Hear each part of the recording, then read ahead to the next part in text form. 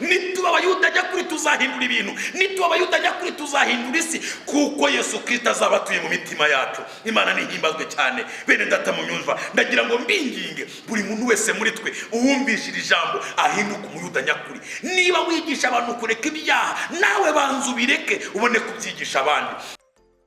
Turabasohoje bakunze ijambo ry'Imana kuri iyi channel yacu ya Urakenewe TV. Tubahaye ikaze. Ineza y'Imana n'urukundo rw'Imana nibane namwe.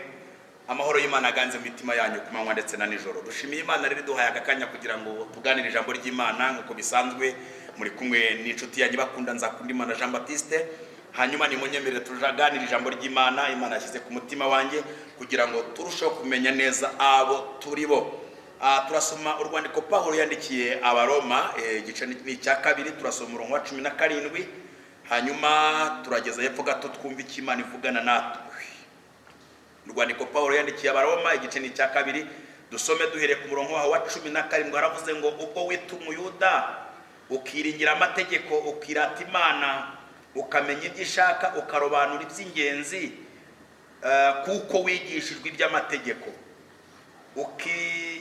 zigira yuko uri umurandasi w'impumyi n'umucyo w'abari mu mwijima, n'umubwiriza w'abanyabwenge buke, n'umwigisha w'abana, kuko mu mategeko ufite icyitegererezo cy'ukuri n'ubwenge kibonerwa muri yo. Mbese wigisha abandi ntiwiyigisha?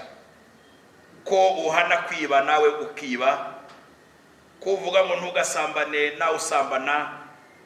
Ko wanga ibishushanyo bisengwa nawe ukanduza urusengero?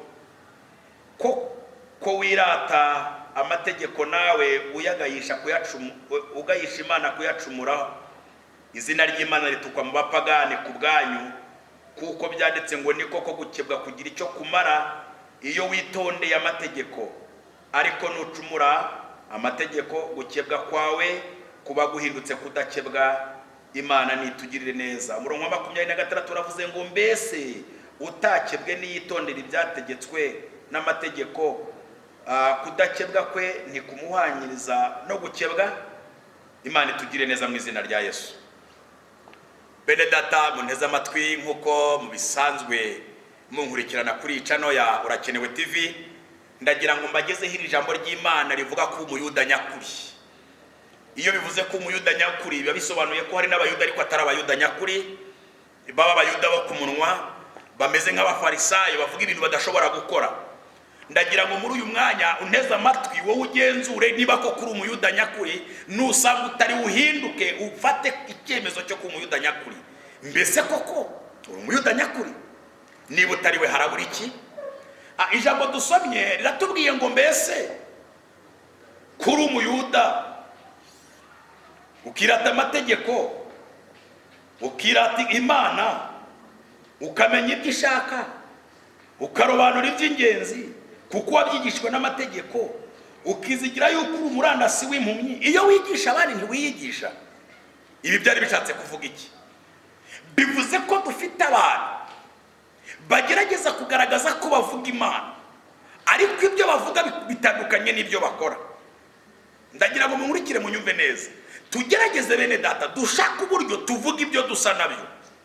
Wigisha abandi, wowe ntiwiyigisha. Ni gutubwira abantu ngo ntukibe kandi wowe wiba? Kucyubwira abantu ngo be kubeshya kandi wowe ubeshya? Kucyubwira abantu ngo be gusambana kandi wowe usambana?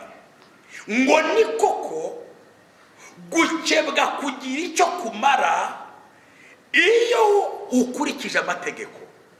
Gukizwa bifitiye wowe umumaro iyo ubikoze nk'uko Imana ibishaka. Ubutumwa bwiza bwa Yesu ko bwanditswe na Yohana igice cya 15 ku murongo wa 13, Yesu niwe yavuze ngo muri inshuti zanjye nimukora ibyo mbategeka. Bene data muneza amatwi, ndagira ngo nongere mbinginge twemere ko abayuda nyakuri abo ni abamenye Kristo, abo ni abamenye Imana. Niba twaramenye Imana, mureke duhagarare ko abayimenye, tuyivuge nk'abayimenye, tuyivuge nk'abayibonye, tuyivuge nk'Imana itabara, tuyivuge nk'Imana ibohora, kuko twabonye muri yo harimo ubuzima. Haleluya!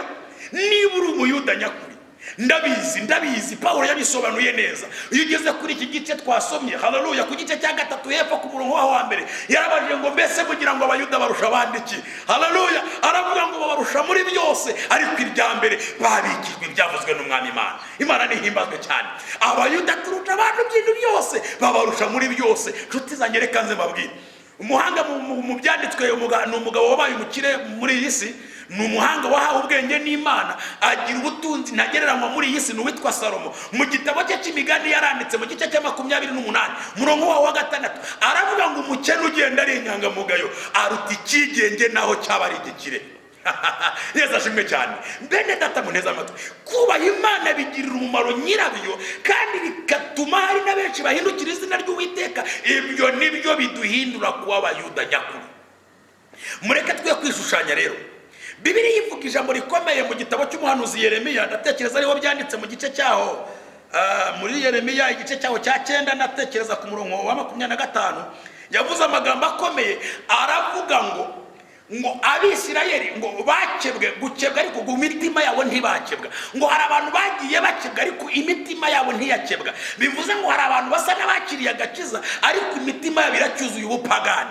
Niyo mpamvu usanga baza aho turi bameze nk'amasega nk'intama, ariko imbere ari nk'amasega aryana. Nibo bavuga ubutumwa badasa nabwo, nibo bavuga ijambo badasa naryo. Ugasanga aravuga izina ry'Uwiteka ariko bukanya ugasanga arimo arakwiba, arimo arakoresha uburyo bwo kukwiba, arakoresha uburyo bw'ububandi, arakoresha uburyo bw'amatiku n'umucabiranya, akakwiba agasiga gusa aho yutwawe kandi yaje avuze ko asenga. Nshuti zanjye mureke tugire ubwenge, twemere tuba abayuda nyakuri. Haleluya, nituba abayuda nyakuri tuzahindura ibintu, nituba abayuda nyakuri tuzahindura isi, kuko Yesu Kristo azaba atuye mu mitima yacu. Imana nihimbazwe cyane. Bene data munyumva, ndagira ngo mbinginge buri muntu wese muri twe uwumvishira ijambo ahinduka umuyuda nyakuri. Niba wigisha abantu kureka ibyaha, nawe banza ubireke ubone kubyigisha abandi. Niba warahindutse kuri iki, cyigisha abandi nawe bagihindukeho, uzaba ukoze neza, kuko Imana ishaka ko tuba intangarugero mu byo tuvuga ndetse no mu byo dukora, tugakomeza kwamamaza Yesu wabambwe. Haleluya, nibwo tuzabonera umugisha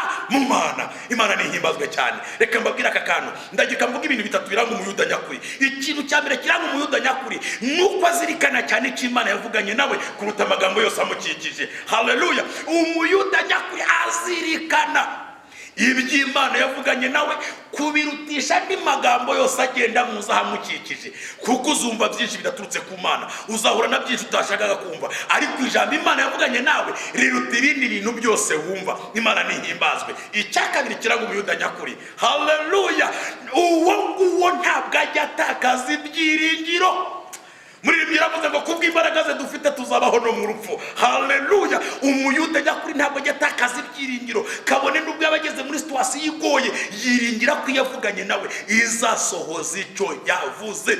Icya gatatu, amenya gutegereza. Umuyuda arategereza, haleluya, kuko amenya neza ko yavuganye nawe itabasha kubesha. Iyo azirikanye ibyo bintu uko ari batatu, haleluya, abasha kugera ku nsinzi nyayo. Ntiyita ku biri kuvugwa, ntiyita ku biri gukorwa, ahubwo ategereza Imana kandi izaza, kandi nigera mu buzima bwe azanezerwa. Imana idushoboze guhagarara mu mwanya wacu. Nshuti yanyu nteze amatwi, nagira ngo nkwibutse ko ari wowe Imana ikeneye kugira ngo umuyuda nyakuri. Mu gihe abayuda nyakuri babuze, ni wowe ukenewe ngo umuyuda nyakuri. Mu gihe abavuga Imana neza babuze, ni wowe ukeneye ngo uyivuge neza. Turi mu bihe bya nyuma, ibihe biheruka ibindi. Nimureke tuvuge ukuri tweruye, tuvuge Yesu wabambwe, tuvuge Yesu ruhura, tuvuge Yesu kiza. Ibindi byose, amagorofa yubaka arasenyuka, ndetse n'abayubatse barayasiga bakagenda, ariko uzaza ntazatinda, naza azajyana itorero. Imana ibambere umugisha. Reka nkwinginga unteze amatwi, uhagarare mu mwanya ukwiriye guhagararamo, kugira ngo uzaraga ubwami bwagenewe abizera umwami wacu Yesu. Yesu ashimwe cyane. Ni munyemere twinjire mu irembo rifunganye, kugira ngo tuzagere mu bwami aho Imana yageneye abayizera. Niko Matayo yabivuze mu gice cya 7 umurongo wa 13, yaravuze ngo ni munyure mu irembo rifunganye, kugira ngo twinjire aho Imana ishaka ko twagera. Kuko irembo ari rigari, n'inzira ijyana abantu kuri mu kari nini, kandi abayinyuramo ni benshi, ariko irembo rifunganye ni inzira igana mu bugingo iraruhije, kandi abayinyuramo ni bake. Umaze guhura n'abantu bangana gute? uzahura n'abahakaza, uzahura n'abantu bigisha ibintu binyuranye n'iby'Imana ivuga. Nibwo uzasanga hari abahanuzi bahana ngo uyu mugore si uwawe, Imana yamuguhaye se bari hehe, ngo mubyaranye gatatu ngo uyu si uwawe. Abo ni abahakazi, ni abantu bahakana Imana, bavuga ibitandukanye n'iby'Imana yavuganye nawe. Ariko niba Imana yaravuganye nawe, uzategereza Imana izaza, ntabwo izaceceka. Imana ikumpera umugisha, Imana ikugushe neza mu izina rya Yesu. Hagarara mu mwanya wawe, uwo muyuda yakuri ni wowe Imana ikeneye, uwo muyuda nyakuri muhindura ibyanze guhinduka. Imana ikumpera umugisha mu izina rya Yesu. Nyemerera ngusengera Imana. Ukeneye ko umuyuda nyakuri, ukeneye guhagarara mu mwanya wawe, Imana igushoboze mwami mu izina rya Yesu. Umugisha umuntu wumvise iri jambo, umuhagarike mu mwanya akwiriye guhagararamo, abonereho umuri imbere yawe kandi agena n'agakiza kawe. Aho umuyuda nyakuri aharanire kugenda nk'uko ushaka, azagororerwa ingorane ikwiye mu izina ry'umwami wacu Yesu. Amen. Nshuti bakunze ijambo ry'Imana, ineza y'umwami wacu nibane namwe, amahoro Yesu atanga abe muri mwebwe, urukundo rwe ruharanire mu mitima yanyu. Kandi uyu mwanya ukimara kumvira ijambo, nonyemerere Imana ikwambika imbaraga zikwiye. Kandi subscribe, ukore share ndetse na like, kugira ngo ubundi butumwa buzaza buzakugereho mu gihe gikwiriye. Imana y'amahoro iguhe umugisha. Shalom shalom. Bye. Ndabakunda.